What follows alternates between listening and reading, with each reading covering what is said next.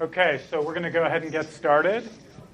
So we're actually now at in some ways, the very last segment of the course, which is an attempt to synthesize kind of what we've learned so far and address, one of obviously the really big questions, which is what is the likelihood of life elsewhere in the universe? And you can take life to mean different things, bacteria, aliens that have spaceships and radio dishes, right? There's a wide variety of different kinds of life, and we'll get at those different possibilities over the next few lectures. And so in particular, what we're going to do today is start by talking about actually the remarkable diversity of environments that there are just in our solar system, both on the Earth, the black smokers, but also on other planets and moons in the solar system, which have conditions that are, at least at some point in the history of the solar system, look like they might have been somewhat hospitable to life, from water on Mars to the present-day remarkable properties of the moons of Jupiter and Saturn. And so in particular, there's really two things we're going to try to address today. One is the great diversity of environments that we find life on Earth, and how that suggests that life is actually incredibly robust and can arise in a wide variety of environments. And then the kind of moving away from the Earth, other places in the solar system where we find things like liquid water, geological activity that is in some ways similar to what we see on Earth, etc. And I think the moral of this lecture is nicely summarized by this quote from Shakespeare, which is in a slightly different context, but it gets the point across, right, that there are more things in heaven and earth than are dreamt of in your philosophy. Namely, we have a very limited experience that we're familiar with here on Earth, and just looking out into our own solar system, we see an extraordinary range of environments and conditions that have complex geology, water, chemistry, many of the building blocks for getting life going. We don't have yet any evidence for life anywhere else in the solar system, anywhere else in the universe, but we're now beginning to see a lot of the evidence for the basic building blocks required to get life going. And so this lecture is going to be actually a fair amount of back and forth between Charles and myself covering different aspects of this. And Charles is going to start us off. I don't know why I'm giving him my phone. I'm going to give him instead the microphone. So he's going to start us off with the evidence for life under a wide variety of conditions in the solar system. In the Earth.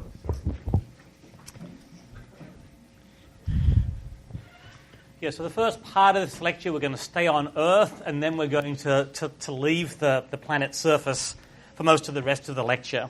And so following on Eliot's theme of there are more things dreamt of, Horatio, than in your philosophy, I just want to remind you of sort of the primary kingdoms of life, the eukaryotes, which include animals, fungi, plants, and then the single-celled, complex-celled guys, and then the archaebacteria and the eubacteria.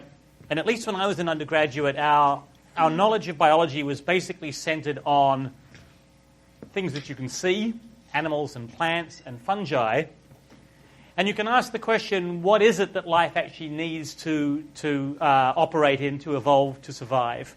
And so they usually center on the idea that the sun is heavily involved and photosynthesis, interacting with green stuff, which then other animals eat. And that's sort of the food web chain. And that's sort of the conventional view of what life requires. Sunlight, moderate temperatures, water, and then consumption of primary organisms that photosynthesize. And so to get you start thinking about things, I've got some questions for you right off the bat, which is, what does life need? Moderate temperatures, moderate pH, not too acidic, not too alkaline, sunlight, oxygen. And so what are the things that are necessary for life? And of course, these questions are important because we need to think about those when we're going to leave the Earth's surface and look elsewhere in the universe for environments where life might originate.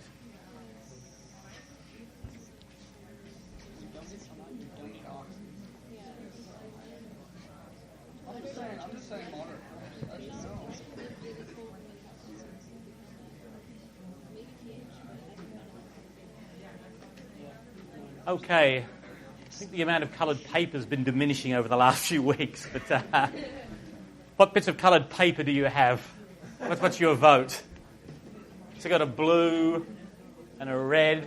Oxygen. Red is what? Oxygen. Yeah, so the answer is none of these. So well done. So we need this. Trees need this. Lions, tigers, cats, dogs, kangaroos need this, but we don't. But life doesn't. So what I want to do then is ask the question, where does life's energy come from? So most biology courses spend most of their time talking about the equipment of life. So if you think of the analogy of a car, you have the engine and what the engine consists of, the body, the wheels, the gearbox, the transmission. But cars run on something, and that is for the most part gasoline or petrol or oil derivatives. And so the question is, what's the equivalent of oil and gasoline for life? Because that's going to be important too in terms of thinking about where life might also exist in the universe. And so I'm going to give you a fairly simple view of the equivalent of oil and gasoline for life. And so I'm going to start off with plants, algae, and bacteria. So we're not talking about the way the cell is made, the way it's structured. And so the energy comes from sunlight, which is the base of most of our food webs.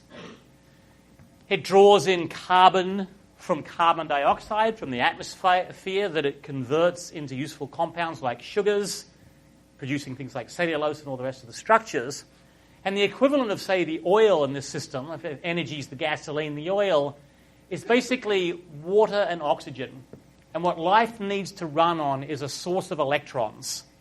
So there's a molecule that's called the electron donor that gives up the electron, and then there's an electron acceptor, oxygen. And so plants, bacteria, photosynthesis requires water going to oxygen. And that's sort of the equivalent of oil of a car. If you have oil in a car, it's going to seize up. And the gasoline equivalent is the energy from sunlight. And now if we add in animals and fungi, so we call this photosynthesis. And the way the equation is written is CO2 plus water gives oxygen and sugars. And so the reason why that oxygen is there is because it's called an electron acceptor. So it's a byproduct of the process by which the electrons are used to convert CO2 into sugars using the energy of the sun. And so if we now look at animals, fungi and many bacteria, we now use plants, algae and bacteria for the energy source. And again, we now use the carbon from those sources, and we breathe out CO2. We've seen that before. And then we still need an electron donor and an electron acceptor, and we basically just run photosynthesis backwards. We take in the oxygen and breathe back out water and CO2. And so this is called respiration. And so it's oxygen plus sugars go to CO2 and water. So you see, it's just the reverse reaction of photosynthesis. And most of biochemistry actually is dominated by reactions that go one way and then the other way.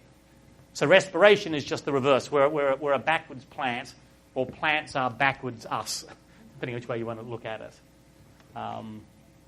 Okay, so that suggests then that we are tied to plants and animals. Life needs access to sunlight, either directly from plants or indirectly for animals and fungi by eating those plants. And that we need oxygen, water, oxygen, and CO2 are key for securing energy, particularly the water and the oxygen. And that was the view when I was an undergraduate. That is what life needed. And so if you wanted to go look for life elsewhere in the universe, you had to look for these requirements. Based on also our knowledge of sort of large organisms, it appears that life has a low tolerance for extremes. These live in a narrow temperature range, typically less than 50 degrees Celsius, cannot tolerate acidic or alkaline environments, cannot tolerate high salt or high pressures. So we had a fairly limited view as to what life could do. And then we started to discover life in amazing places on Earth, and we've looked at that a little bit elsewhere in the lecture. So, for example, we have the organisms that live at these deep sea vents at the mid-ocean ridges. And we've seen a little bit of that before. So here are the places where submersibles have gone down and found remarkable organisms living at the mid-ocean ridges. I'm not going to show you a slide today of the alkaline white non-smokers, which are just off the vents. And so here's a diagram here of these highly toxic-looking waters with organisms just replete around them. And so really, really spectacular. And obviously there's no sunlight penetrating down here. So the question, the deep-sea vent animals, without sunlight, where does the energy come from? And that's a rhetorical question. I'll try to answer that in just a moment. There are other remarkable environments. It comes from very unusual prokaryotes, unusual life, and we'll look at that in just a moment. There's also hot springs like this Grand Prismatic Spring in Yellowstone, which has very high temperatures and highly acidic waters. Yet all this color here are various bacterial groups growing.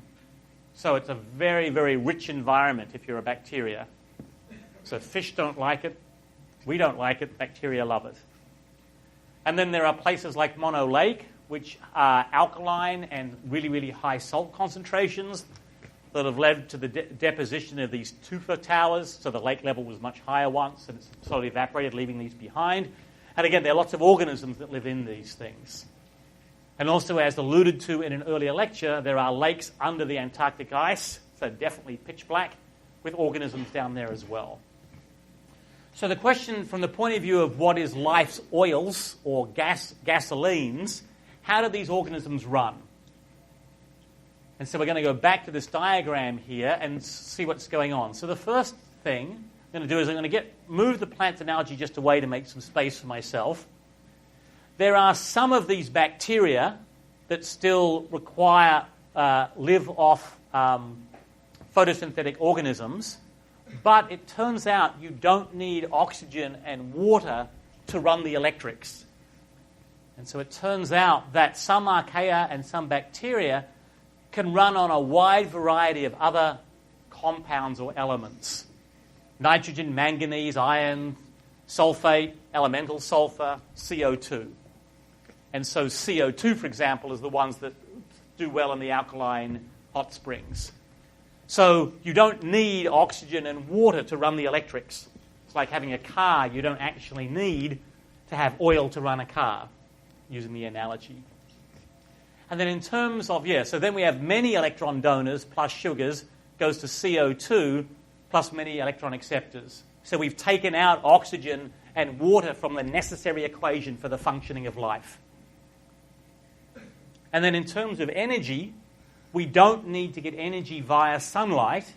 There are other sources: hydrogen, sulfur, nitrogen, methane. So life can be decoupled completely from sunlight. So if sunlight is like the gasoline you put in your car, these are like the equivalents of electric energy, and there are multiple sources of it. So we're decoupled now from oxygen and water, and we're decoupled now from photosynthesis and sunlight. And life does fine, thanks very much. So there are much greater variety of ways of functioning. So we now know life does not need access to sunlight. Some prokaryotes can feed on rocks, fluids, as long as there's an energy source available. Water, oxygen, and CO2 for electron transfer can be substituted with a wide range of other elements and compounds. But I want you to know we still need to live in a fluid environment, probably water, to get these energy sources backwards and forwards. So when I say we're not tied to oxygen and water, I mean for the source of electrons. We still probably need to live in some sort of fluid environment. Life can live at a truly amazing range of habitats, both environmentally and chemically. And so here's this diagram here. Here are the eukaryotes. So there, and most of our knowledge of biology was based on eukaryotes. And eukaryotes are really, really dull metabolically. We do one thing: photosynthesis and respiration. Two things, one the reverse of the other, and that is it.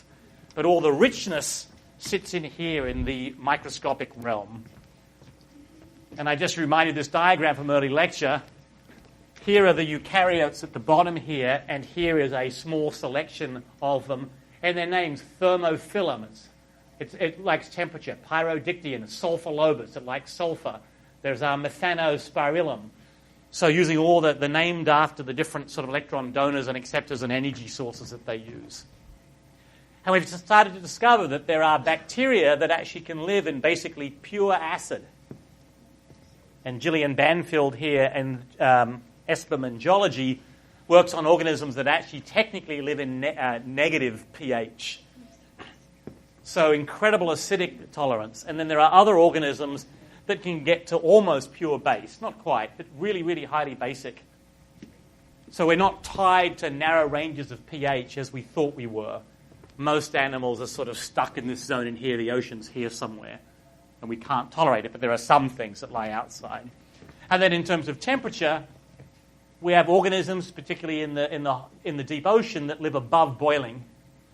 Now, the pressure stops the water boiling from there, but above 100 degrees Celsius, which has enormous implications for the stability of your bonds, and things that can survive at just below freezing. So it's still tied to a somewhat narrow temperature range, but it's broader than we thought. Finally, if we look at the universal tree of life, we find that almost all of the lower branches are organisms that like heat, 70, 80, 90, 100 degrees Celsius, which suggests that the last universal common ancestor was a thermophile, which is consistent with the idea that life originated at these hydrothermal vents where there's hot water interacting with the mantle as it heats the crust at the spreading ridges. So how easy is it for prokaryotes to find new ways of living? For eukaryotes, we basically are lousy at it. We have one way of doing it, and that's it. I just want you to note that there are an enormous number of bacteria, and they reproduce very fast. There is a lot of opportunity to explore new ways of living, variation followed by selection. In 1 gram of sediment, for example, a 30th of an ounce, there can be in the order of 1 billion bacteria. So it absolutely makes our population numbers pale. And if a bacterium divided once a day for a year, it would have 10 to the 110 descendants, which is vastly more than the number of atoms in the known universe. So incredible numbers in terms of just exploring mutation space and selection. And then finally, a theme we also looked at, I remind you that at the base of the tree of life, we think there's lots of genetic transfer between the lineages. By the time you get to us, animals, fungi, and plants, there's very little transfer. We're stuck with our evolutionary heritage and we can't do much about it. But down here in the bacterial realm, it's more like actually the living world of humans, where we can transfer ideas backwards and forwards between individuals. And these guys can transfer their metabolic and other preferences backwards and forwards. So the capacity for microbes to explore the possible is vastly huger than the capacity of advanced eukaryotes to explore the possible.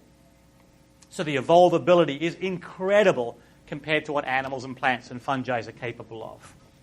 And then finally, and this is just an interesting side following Elliot's initial slide on the statement to Horatio, there are some amazing tricks we've yet to discover. And so in an earlier lecture, we looked at the evolution of eyes in vertebrates like fish, and we noticed that there are very similar-looking eyes that evolved independently in squid and octopuses. And the general sense has been that complex organs are restricted and limited to multicellular organisms. And recently, this has been discovered. It's a single cell, but it has differentiation of its structures so that it actually functions as an eye. So this one cell is functionally an eye. It's a dinoflagellate, single celled, locomotes by flagella. That is utterly unbelievable. The sense has been that to do complex organizational things, you must be multicellular. So that it just isn't true. And so I emphasize this to suggest that we are still limited for the most part by our own experience, and fundamental discovery of biology, but also in astronomy, expands our mental space in a way that thinking usually can never, ever do. And so this is just staggering when I learned about this. And dinoflagellates are known to some of you. How many of you have seen a red tide? Any of you from San Diego or LA?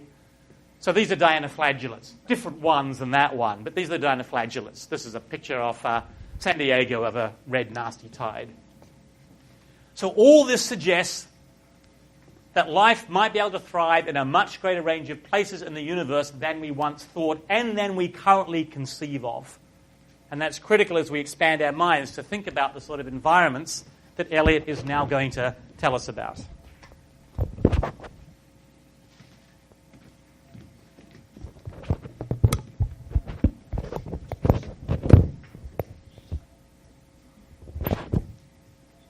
Okay, so we're going to move now out elsewhere in the solar system and start talking about some of the remarkable environments that we found elsewhere in the solar system. I think the three that have been really astonishing are Mars and its history of water, surface water in the past, and its remarkable ongoing geology, and then in particular the moons of Jupiter and the moons of Saturn, which, as we'll see, have their own quite amazing geology, including, despite the fact that they're quite distant from the sun, an abundance of liquid water today. We're going to focus on the moons of Jupiter just in the interest of time. Some of the reading talks a little bit about the remarkable properties of the moons of Saturn. So I'm going to start with Mars. So this is a picture of Mars and its surface, these somewhat darker regions, some large cratering record. Mars is very unusual among the other objects in the solar system in that it is the other moon or planet that has been uniquely in popular culture associated with science fiction. So this is, for instance, the famous H.G. Wells' War of the Worlds. I think it's hard for us to imagine now, but this was a radio broadcast in 1938, building on the book from the late 1890s, where the radio broadcast talked about the Martians invading the Earth, and it caused a huge panic. People completely freaked out and thought that the Martians really were coming. This continues to the present day.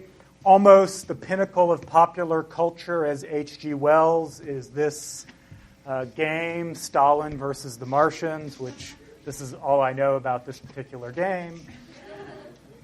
So where does this come from, this association of Mars and science fiction? It actually comes from early observations of Mars's surface. So this is an image taken not with an exquisite high-resolution telescope like this, but taken with more like what you would see if you looked through a small telescope on Earth. And what strikes you is those kind of dark bands and then lighter regions. You see the polar regions. And when this was first observed, in particular by Percival Lowell in the 1890s, he interpreted this as being actually evidence for complex civilization with canals, large systems of waterways. So this is his drawing of the surface of Mars inferred from these kinds of observations. It's clearly, we now know, a huge stretch to read into this evidence for all these canals and places for water transport, etc.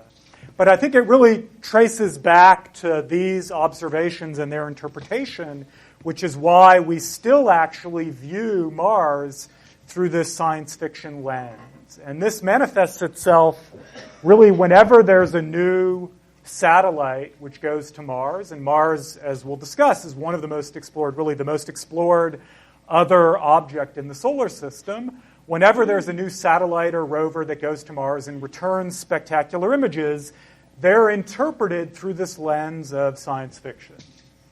So this is a test. What do you see in this picture? Yeah, so the oft-interpreted image here, this is an image from Viking in 1976. And what people usually see is this face on Mars.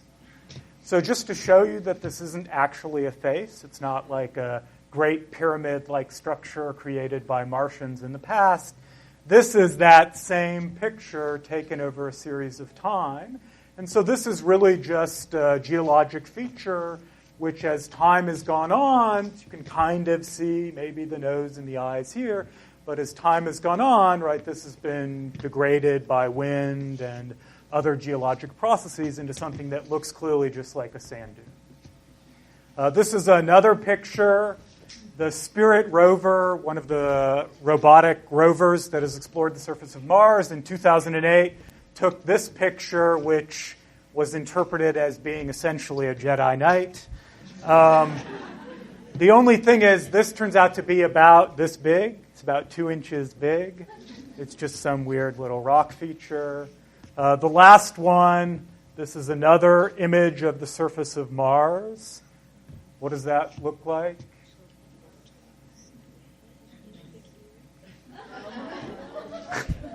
Bald head, ear, nose. And again, so now here's the high-resolution image, right? It's just an impact crater. Impact crater, little crater there. That is actually exactly the same thing, just taken at high resolution. So this is actually a known phenomenon which isn't restricted to the surface of Mars. It's called pareidolia. It's the tendency when we look at the world to interpret things that we can't quite make out, like this weird little surface of toast, in terms of something that we know. So this is actually the Virgin Mary.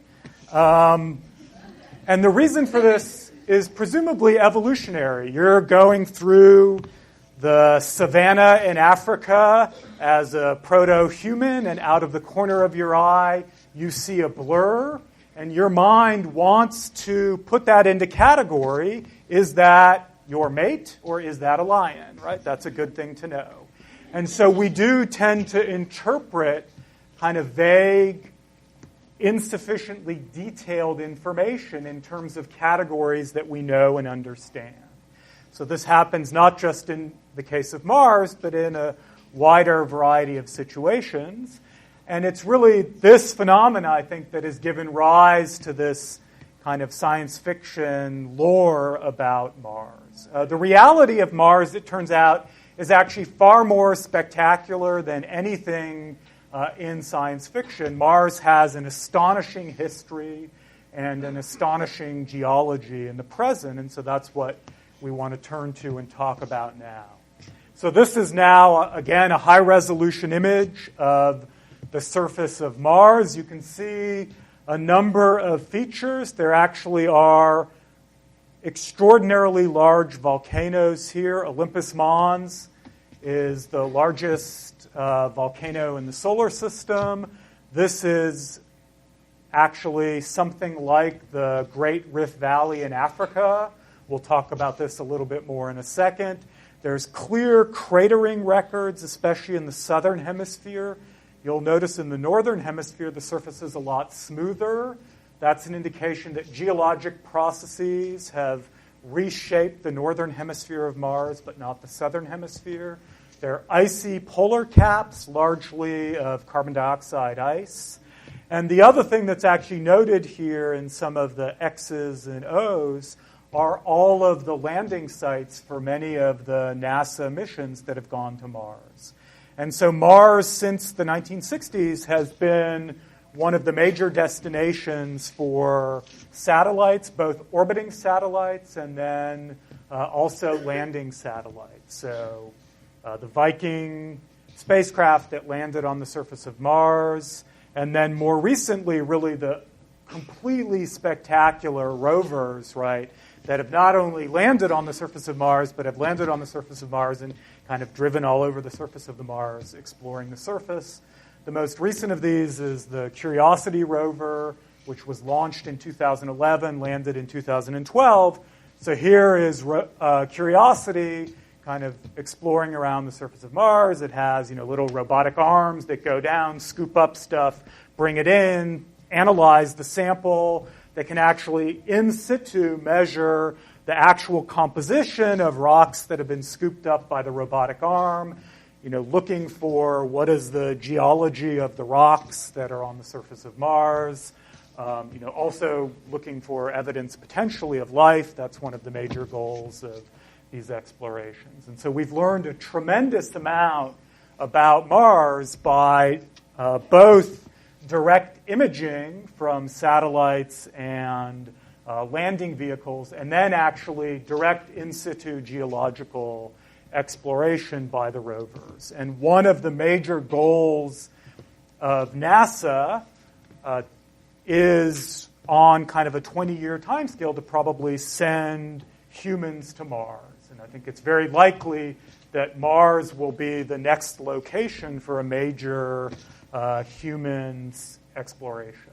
And that'll be really spectacular and will almost certainly happen in your lifetime, and certainly, hopefully, also, Charles, in my lifetime. Okay. So we're going to talk a little bit now about the geology and the properties of Mars. I'll just give you a quick overview. Mars is today extraordinarily cold. Average temperatures are, cold by any standard on the Earth. Negative 60 degrees centigrade, negative 100 degrees centigrade, right? It's extraordinarily cold.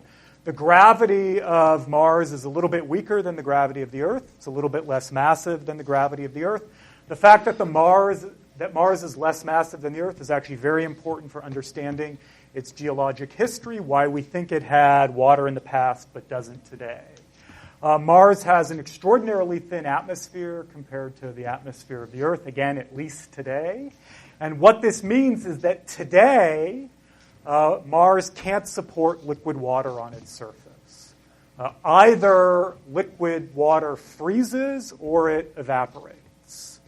So it has to exist either in gaseous or solid form, not liquid form, but we don't think that was true in the past. We think in the past Mars, in fact, had large river systems, and we're going to talk about that in just a second. And it's, in fact, the many geologic similarities between the Earth and things that we deduced as having happened on Mars that has led to so much of the interest in continuing to explore Mars. And so Charles is going to talk to you now a little bit about some of the different geological processes that we have inferred are currently operating or have operated in the past on the surface of Mars. I was going to say, actually, the driver of curiosity is a guy called Bill Dietrich in the geology department here, who's been down at Caltech for sort of a long period of continuous time driving. He's a geomorphologist. His specialty is the topography on Earth and now Mars, driving curiosity around Mars to work out, where it should go. So that's been kind of fun. And also, as a paleontologist, we get lots of emails every week with people sending us things that they think are new fossils that turn out not to be even vaguely related to fossils. Okay, so I want to talk a little bit about the geology of Mars as far as we know it. So here's some rather spectacular images showing these 4 very large volcanoes. This large rift valley, if a rift valley it is, but this large valley here, this smooth spot up here, and there's lots of craters in the south, but not in the north. We've made some inferences as to what the structure of Mars looks like from an interior point of view. This is somewhat speculative. What's interesting is it looks like it's got a very thick crust in the order of 100 kilometers in the south and 30 kilometers in the north. By comparison, the ocean crust is about 5 to 10 kilometers thick on our Earth, so it's much, much thinner, or in order of a magnitude thinner. And continental crust is only 30 to 50 kilometers thick. So it's much, much thinner than the Earth. And then it looks like it might have a liquid outer core, but if it does, it isn't rotating enough to produce a magnetic field. So there's essentially no magnetic field on Mars today. And there may be some mantle convection, but it's not vigorous enough to produce plates.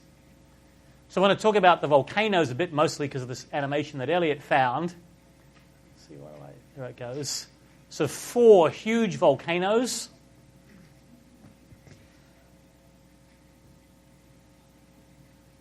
And then the largest in the solar system, Olympus Mons. And to give you a sense of how large it is, here's some of the imagery of it. Looks like really, really spectacular. Notice there's definitely erosion around the edges of this thing, so there are some active processes operating. It might be very, very, very old, in the order of 3 billion years perhaps. We don't know, but it's probably incredibly old, unlike volcanoes here that erode very, very quickly. I'm going to say the mapping of the surface of Mars is superb, and Maria Zuber, a geophysicist at MIT, was responsible for the initial mapping team. And the resolution with the same equipment on Mars was better than it is on Earth. So really, really spectacular. I think that's partly Maria, who's just brilliant, as opposed to, well, never mind. So here's a diagram of Olympus Mons to scale, 27 kilometers high. The biggest volcanoes in Hawaii are 10 kilometers when measured from the seafloor, and there's Mount Everest at 9.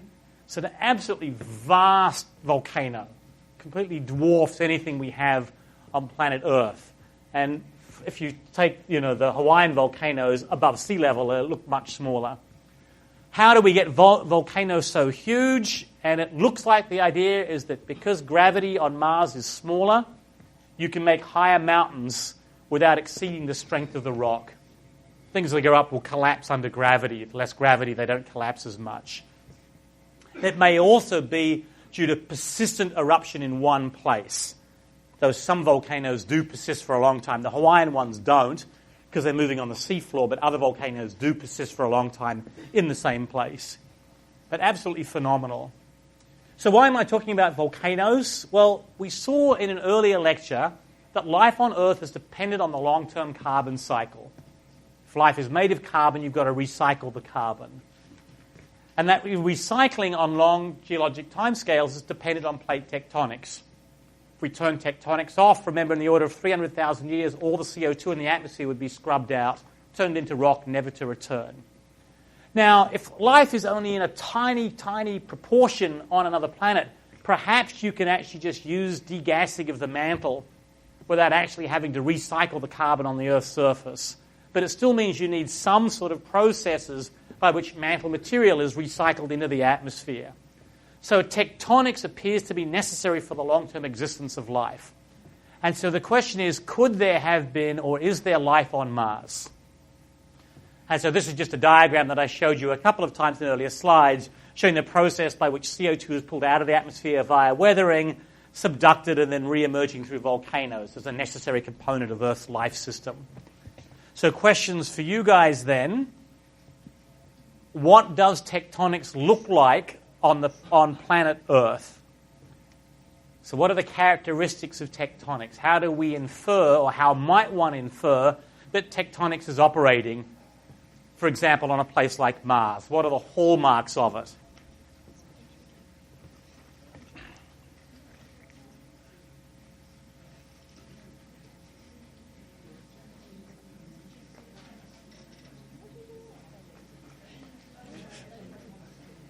So some are voting already.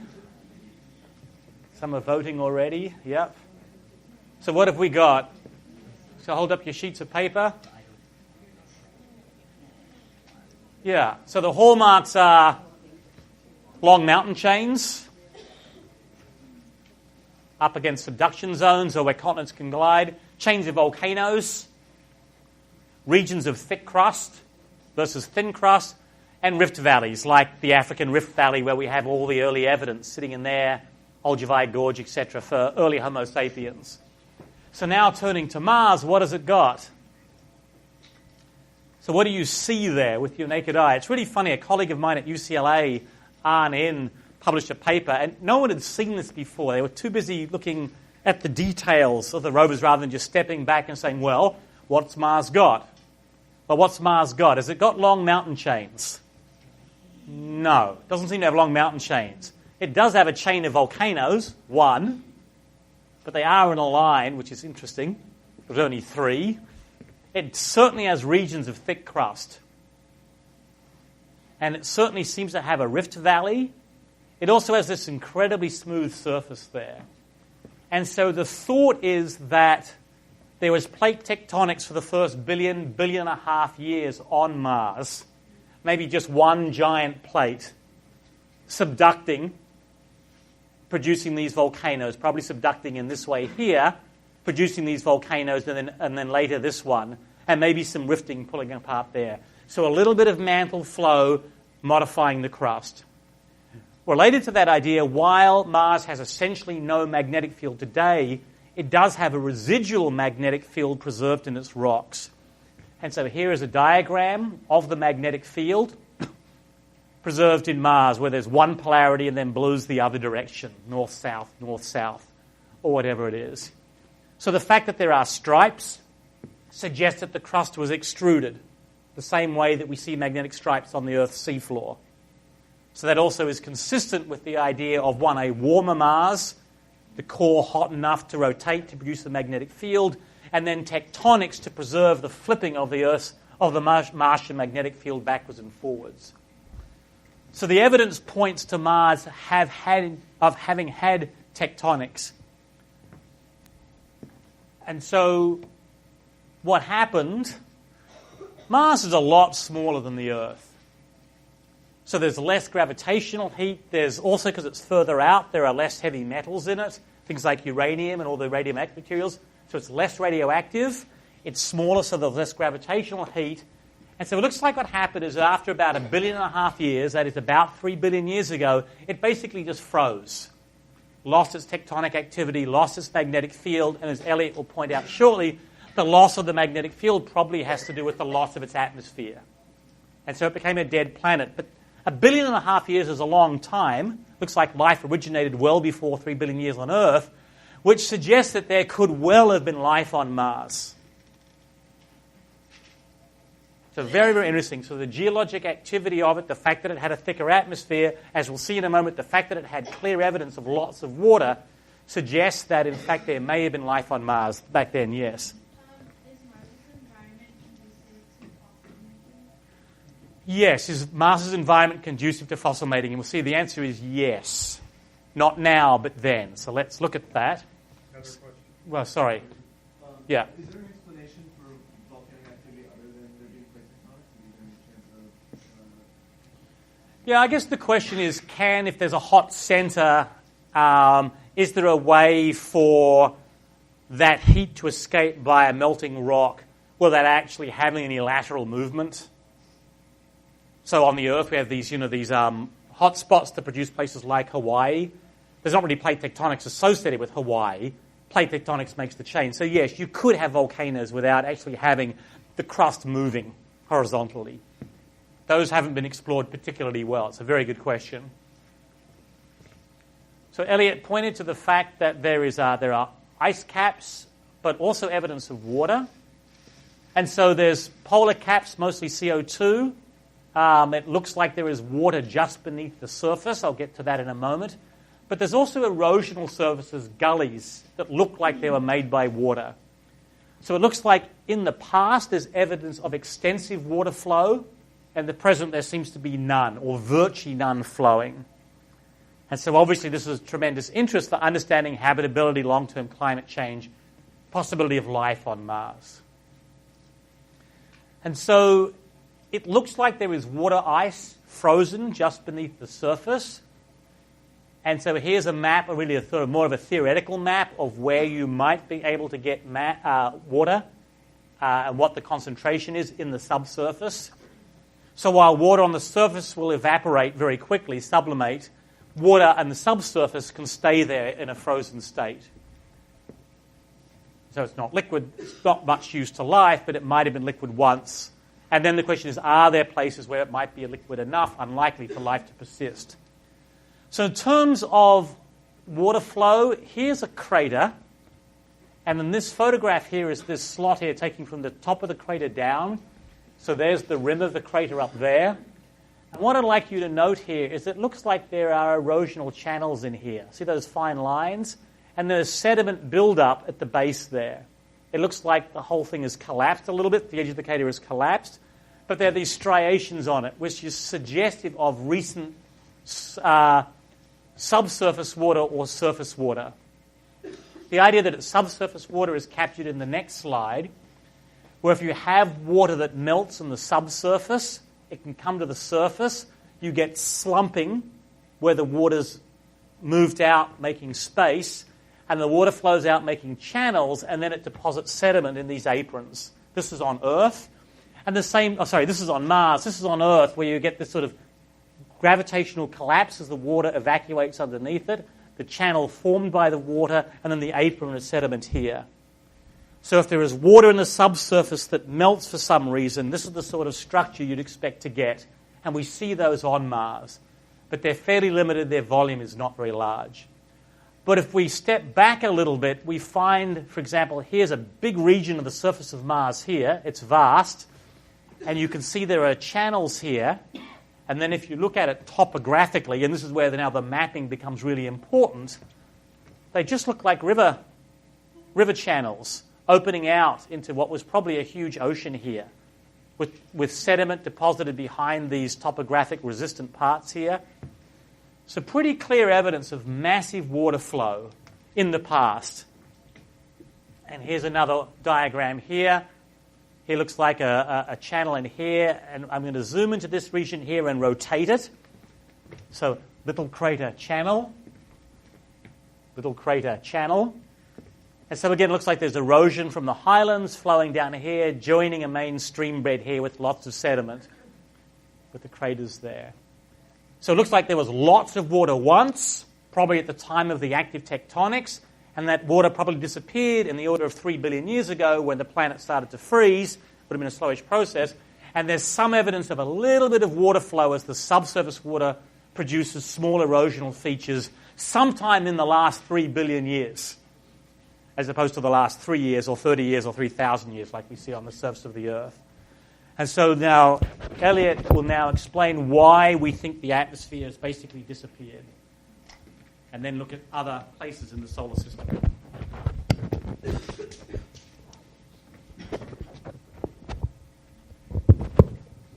So the best guess as to what change really precipitated the disappearance of both the water and also the atmosphere of Mars is it's related to the cooling down of the interior of the planet, which slows down the motions in the mantle. And in particular, we think, right, on the Earth and in the Sun, the reason that we have a magnetic field is that it's the continuous motion in the core, the convective motion in the core of the Earth, the convective motion in the outer part of the Sun, that sustains the large-scale magnetic field. And so on early Mars, we think the situation was similar, that there was a warmer core, so more of the boiling convective motion, which sustained a magnetic field, and that magnetic field protected the surface of Mars from the solar wind. The solar wind is constantly slamming into all of the planets and all of the moons, but we're shielded from it largely on Earth by the magnetic field. And so that would have been true also on the early Mars, that the surface would have been shielded from the effects of the solar wind via the Martian magnetic field. As it cooled, as the core cooled off, the motions in the core couldn't sustain the magnetic field anymore. The magnetic field went away. Suddenly, the solar wind would slam into the surface of Mars and be able to rip the atmosphere of Mars away. And so the kind of cooling down of the core had multiple effects on the geologic activity on Mars. It eliminated any tectonic-like activity. It eliminated the recycling of carbon dioxide as part of the long-term carbon cycle, and it probably led to the removal of any large atmosphere that Mars had, leaving behind the very tenuous atmosphere. And so this was all really a part of the process of the planet Mars undergoing a geological and biological death, right? From its very active early phase with tectonics, a thicker atmosphere, lots of surface water, to today, where we see the remnants of all of that early activity, but much less actually happening today. So that's our best guess as to what happened in the past. And again, the fundamental difference between the Earth, which hasn't suffered this fate, and Mars is the size of the planet. Smaller planets like Mars cool down more quickly, and because they cool more quickly, they lose that interior motion that sustains tectonic activity, magnetic fields, etc. And so it's really the fact that the Earth is just a bit more massive than Mars, well, it's about 10 times more massive or so, twice as big in radius, that has led to the much more sustained geologic activity for 4.5 billion years, as opposed to Mars just in the first billion years or so of the history of the solar system. Okay. So now what I want to do is I want to move to talking a little bit about the moons of Jupiter and their extraordinary geologic activity and what that tells us about the conditions needed to have liquid water and geologic activity. And as I said, there's both remarkable evidence for complex geology, liquid water in the moons of Jupiter and the moons of Saturn. And I'm going to focus in the lecture really on the moons of Jupiter, and there's a little bit in the reading on the moons of Saturn. So just to remind you, we have seen our good friends, the moons of Jupiter, already in this class. In particular, the 4 big moons of Jupiter, which are seen in this image. This is Jupiter. This is the 4 large moons of Jupiter, called the Galilean moons of Jupiter in honor of Galileo, who discovered them, Io, Europa, Ganymede, and Callisto. These have played already a very important part of story in this class, in the sense that Galileo's discovery of the moons of Jupiter in the early 1600s was one of the real death knells to the geocentric model of the solar system. Galileo discovered that the moons of Jupiter were orbiting Jupiter, not the Earth, showing that not everything has to orbit the Earth, and thus providing one of the original stakes in the geocentric model that really led to the rise of the heliocentric model. Jupiter, in fact, has something like 63 moons. These are just the 4 really big moons that you can see with binoculars. Most of the moons of Jupiter are much smaller, are much harder to see, but with high-resolution images from telescopes, you can actually see them. So now I'm going to show you not kind of dull black and white pictures of the moons of Jupiter, but much higher fidelity color images of the moons of Jupiter. So here is again Io, Europa, Ganymede, and Callisto, the 4 large moons of Jupiter, but in spectacular color images. And what's really amazing about the moons of Jupiter and the moons of Saturn is that Jupiter's moons are small. They're smaller than the Moon and Mercury, and yet they're geologically far more interesting than the Moon and Mercury. The Moon and Mercury are basically just boring rocks with no atmosphere, which have been bombarded by asteroids for billions of years. So they have all these surface craters that you see on their surface today. By contrast, Io, Europa, Ganymede, Callisto, and also Titan and Enceladus, some of the moons of Saturn, have really amazing geological processes going on today, in spite of the fact that they're much less massive than the Moon, Mercury, Earth, Mars. Io is actually the most volcanically active system in the entire solar system. It's the most volcanically active object. Europa has a huge, thick ocean underneath its ice surface. We actually think that ocean on Europa may be one of the most interesting places to look for life today in the solar system. And Ganymede and Callisto probably also have subsurface oceans. And so what's kind of remarkable about this is that this rich geologic activity of the moons of Jupiter really flies in the face of this story I just told you about Mars is smaller than the Earth, so it cooled quickly, and so it doesn't have much going on today, while the Earth still has lots of interesting geologic activity. Well, the Mercury and the Moon are boring because they're even less massive than Mars, and so they cool down much more quickly than Mars and the Earth, and that's why they don't have any interesting geologic activity today. But the moons of Jupiter are even less massive than Mercury and the Moon, and so by that reasoning, they should be even less geologically interesting than Mercury and the Moon, but they're not. And so there's something really important missing from the story we've told so far about what determines the geologic activity of an object.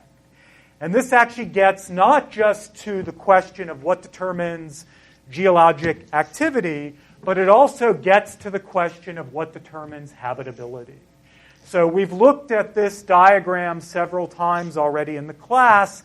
This is an attempt to convey the likely geologic activity of different planets around the sun, and then kind of down on the y-axis here is different stars. Down here are planets around stars that are less massive, less luminous than the sun. And the general trend, we think, is that liquid water can exist due to the heat of the sun only in a really narrow range of distances from the sun. If you're too close to the sun, it's very hot. Liquid water would boil off the surface. This is why Mercury and Venus don't have any evidence for liquid water on their surface. The Earth and Mars are in that kind of happy Goldilocks-like distance where you can sustain surface liquid water due to heating by the sun. But Jupiter and Saturn are so far away that we'd expect them to be extraordinarily cold. And so we'd expect them not to have any significant amounts of liquid water. And so we've talked about how planetary habitability, or the habitability of moons, are determined by the star's properties, how bright the star is. This zone of liquid water moves to smaller distances as you move to smaller and smaller stars. Smaller stars give off less heat, so you have to be closer to the star to have liquid water. The likelihood of liquid water depends on the distance from the host star. That's this trend we talked about, Mercury, Earth, Jupiter. And it also depends on the atmosphere of the planet through the greenhouse effect. But there's another critical factor that determines habitability that's not captured by any of these factors that we've already talked about. And that's the really big, important lesson from the moons of Jupiter and the moons of Saturn. So this is a zoom in to the surface of Io, the largest close moon to Jupiter. And this is actually kind of astonishingly, this is basically a real color image of what your eye would see. So the yellowish color is because of sulfur and sulfur dioxide, ices in many cases, on the surface of Io. And the other thing that's quite striking about this image, in addition to the color, is that there's essentially no evidence for impact craters. And again, that's very, very different from Mercury and the Moon. Mercury and the Moon, which don't have much atmosphere, which don't have geologic activity, ongoing geologic activity, they retain the cratering history of the last several billion years. As asteroids pummel the surface of Mercury and the Moon, that record is retained on the surface in the form of these impact craters. By contrast, the Earth, we've talked about how it's actually quite hard to find impact craters. That's why it was so hard to find the crater associated with the impact that killed the dinosaurs 65 million years ago, because geologic processes and atmospheric erosion are constantly reshaping the surface of the Earth. And so the remarkable story then is that we think that in some ways, in many ways like the Earth, geologic processes are constantly reshaping the surface of Io, removing any trace of impact craters. And those geologic processes are, in fact, volcanoes. Io is the most volcanically active system, the most volcanically active object, in the solar system. And these show you a couple examples of volcanoes. So this is a volcano where plumes of material are being ejected hundreds of kilometers off the surface of Io. This is seen on the edge of the planet, where you can more easily see the stuff being strewn off the surface. This is a face-on view of one of these volcanic systems. There's something like 400 active volcanoes on the surface of Io. These volcanoes are largely spewing out sulfur and sulfur dioxide. It then rains onto, actually rain is a bad word. It actually snows. It's more solid than liquid. So it actually falls as sulfur dioxide snow covering the surface of Io.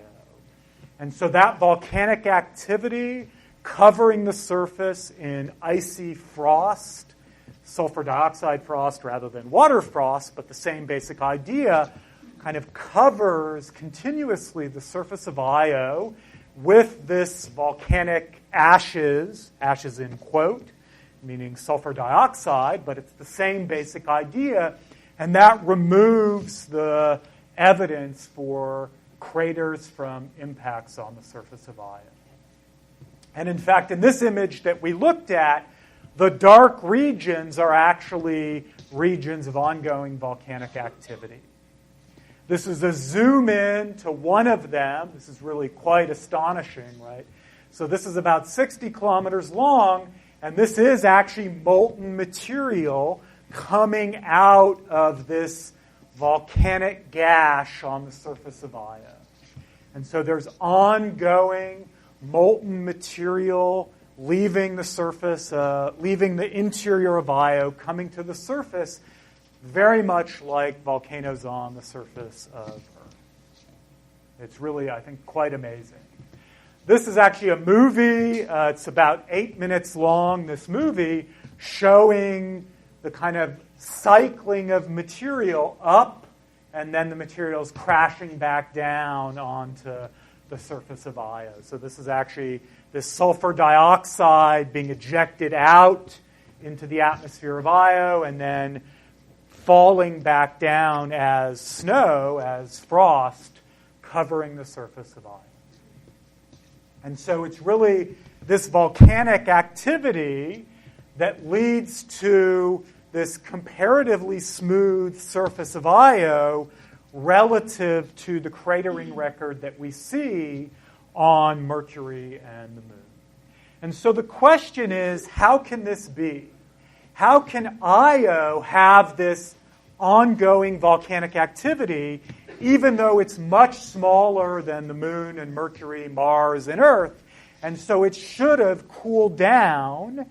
It should have cooled down so much that there's no ongoing geologic activity. And the answer, and in some ways the really big moral about geology and habitability from the moons of Jupiter and Saturn, the answer is tides. So Jupiter exerts an enormous gravitational pull on Io. Io's orbit is somewhat eccentric.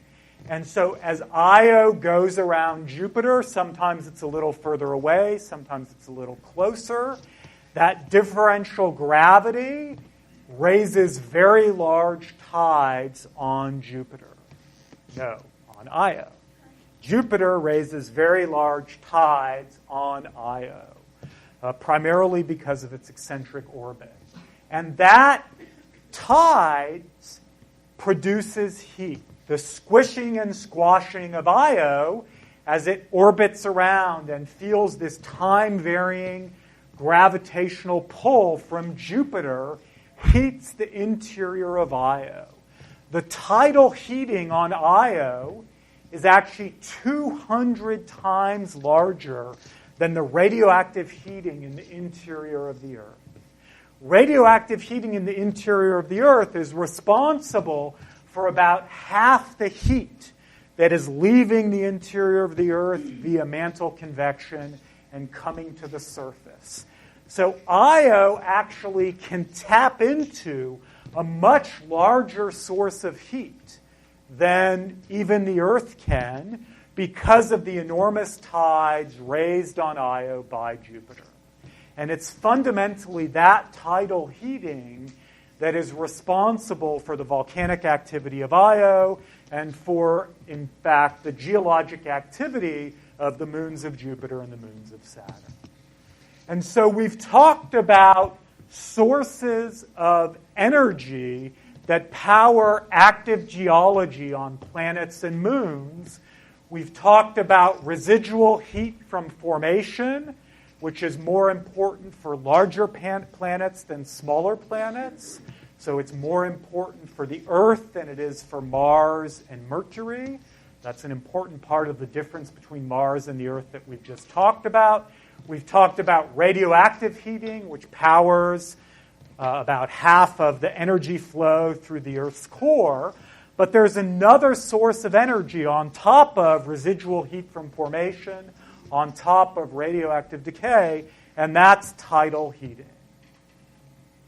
And so that is a new source of energy, really, in this class that can sustain geology and potentially also sustain life.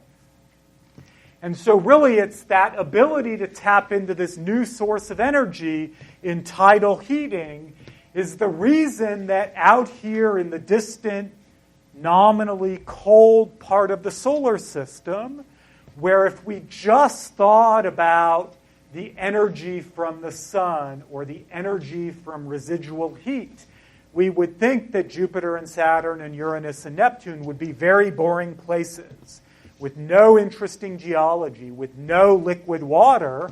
They are, in fact, extraordinarily interesting places that have tremendous geologic activity and even have liquid water. And that's fundamentally due to the power of tides. Okay.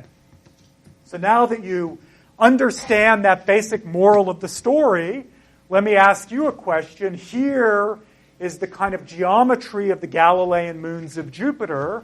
We have Io, Europa, Ganymede, and Callisto as we move outwards. The question I want to ask you is which of these moons experiences the strongest tidal heating? Is it Io, Europa, Ganymede, Callisto? Conveniently, Galileo discovered 4 moons, one for each of our colors. So talk to each other for a second. Think about this for a second. Which of the moons is likely to experience the largest tidal heating?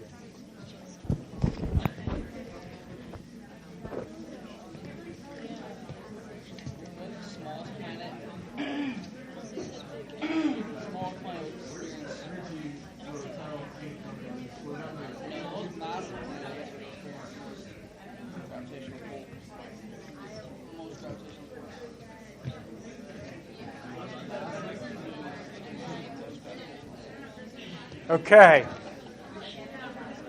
So, since so few people have their colored cards, raise your hand, either your white piece of paper, or raise your hand if you think Io is the answer. Okay, hands down, paper down. Raise your hand or a piece of paper if you think it's Callisto. Raise your hand or a piece of paper if you think it's Ganymede. Europa. Okay. So most people said Io, and that's in fact the right answer. The way I want you to think about that is it's the gravitational force due to Jupiter that's raising the tides on the moons of Jupiter. And so it's the moon closest to Jupiter that experiences the largest tides. It turns out to actually be a little more subtle than that. It also has to do with which orbit is the most eccentric. So that's the subtlety that's not immediately obvious. But the right answer does turn out to be Io. The question was asked, where does the energy for this tidal heating come from? So it's Jupiter's gravity, but where does Jupiter get the energy to give to the moons to tidally heat them? And it is ultimately from the rotation of Jupiter. There's an exchange of rotational energy from Jupiter and an exchange of orbital energy from the moons that goes into heating the moon. So that's a great question. Okay. So I want to now move out from Io to talk a little bit about Europa. And Europa is, we think, actually one of the most interesting, if not the most interesting, places on the solar system today where there might actually be life. Mars, as we saw, might have been extraordinarily interesting in the past, as somebody said. Maybe there's even, if we can dig deep enough down, fossils from life in the past on Mars, but we don't think there's likely to be life today, but Europa there could well be today. So this is a very high-resolution picture of the surface of Europa. You see these striations, these lines. Again, you don't see much in the way of craters on the surface of Europa. We think that the surface of Europa is relatively young, maybe 100 million years, 50 million years old or so. And what Europa really is an icy surface that beneath its icy surface has a large, probably 100-kilometer thick liquid ocean. What I'm going to do now is zoom in to a region of this icy surface. So this is now a zoom in about 115 kilometers long. These are not roads, these are cracks, right? These linear striations, we think, are cracks in the ice produced by the squeezing and squashing due to tides. So this surface morphology of cracks and linear features and modeled features are in many ways shaped by tides stretching and squeezing on the icy surface. And you know, right, if you take ice and you try to squeeze it or squash it, whatever the difference is between squeeze and squash, if you try to do that, right, you're going to create cracks in the ice. And that's actually what you see in these linear features on the surface. Actually, you also see lots of evidence of motion, right? Yeah. But that's displaced from that displace to that displace, and then up there. So clearly it's flowing as well. It's moving. Yep. So this is a zoom in of what we think the interior of Europa looks like. There's a metal core, so it's differentiated, we think, like the Earth. There's a metal core, then there's a rocky outer region, and then zooming into the surface, there's an ocean that's probably something like 100 kilometers thick, and there's an icy layer on top of it. So how can we have this liquid ocean underneath the rocky surface? How is it hot enough to be liquid in here but not at the surface where it's icy at the surface? Any guess? Yeah, so it's the answer was thermal vents, and that's the right idea. It's this tidal heating is heating up the interior, and then that energy is making its way outwards, producing the liquid ocean surrounded by the icy surface. It's actually similar to the fact we talked about how can Antarctica have lakes, right? It's a frozen surface. It has lakes underneath the ice in Antarctica, and that's because the interior of the Earth is hot.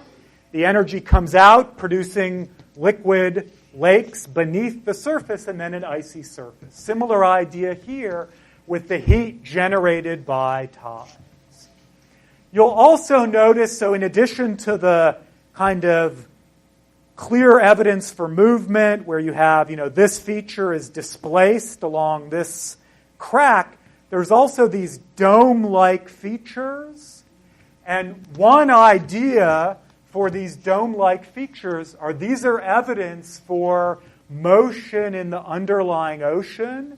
So think of plumes in the underlying ocean and plumes in the ice itself rising up. So the ice itself can actually be in motion. These plumes rise to the surface, producing these dome-like features that you see again in the image here. So there's all this evidence for quite amazing motion, cracking due to tidal effects, probably boiling or convection motion of the ice itself. Yep? Do you know how thick the ice is itself? Yeah, so do we know how thick the ice is itself? I think it's in most places of order 10 kilometers thick. Charles, do you remember? No, I know. Yes, I think, but I'm not 100% certain. So that's a very important question that actually gets to the question of whether it's likely that there could actually be life in the liquid ocean. One of the big uncertainties actually is whether there's access to any sunlight via cracks in the ice. Of course, maybe you don't need access to sunlight to have life, as Charles just described. We know on Earth you don't actually need access to sunlight to have life. So it's possible there could be some analog of the black or white smokers producing conditions suitable for life. It's also possible, there's been speculation that maybe some of the cracks are deep enough that there's actually a possibility of sunlight getting down through the ice and producing conditions near the surface suitable for life. That's really bizarre to me. So obviously these astronomers grew up in a generation that I grew up in, haven't really cottoned on to the fact that life Doesn't need sunlight. Really Yeah. interesting watching them go through contortions to get light in there so they can have life. Yeah, so I think the simplest explanation from what we've learned about the Earth is you don't even need this. Just somewhere down here, you may well have conditions suitable for life. There's so much interest in the geology and possible biology of Jupiter's moons that one of the next very large missions by the European Space Agency, the analog of NASA in Europe, is called JUICE, Jupiter's Icy Moons Explorer. We always go through contortions to come up with acronyms. And the purpose of this mission is actually go to Jupiter and study in great detail Europa in particular, but also Ganymede and Callisto, which we think, although the evidence is less strong, but we think there's also the likelihood of subsurface oceans in the other moons of Jupiter. And so we hope we've convinced you today that just looking at our own solar system, right, there's a remarkable range of environments where some of the conditions necessary for life seem to be satisfied. There's abundant sources of energy from tides, radioactive heating, residual heat. There's liquid water. There's free energy in the deep ocean vents, etc. What we're going to do next time is now look outside of our solar system and start to look at the evidence for other planets in our galaxy. We've now discovered thousands of planets orbiting other stars in the galaxy and start to address the question of what are their properties and ultimately the question of what is the likelihood that some of them also have conditions suitable for life.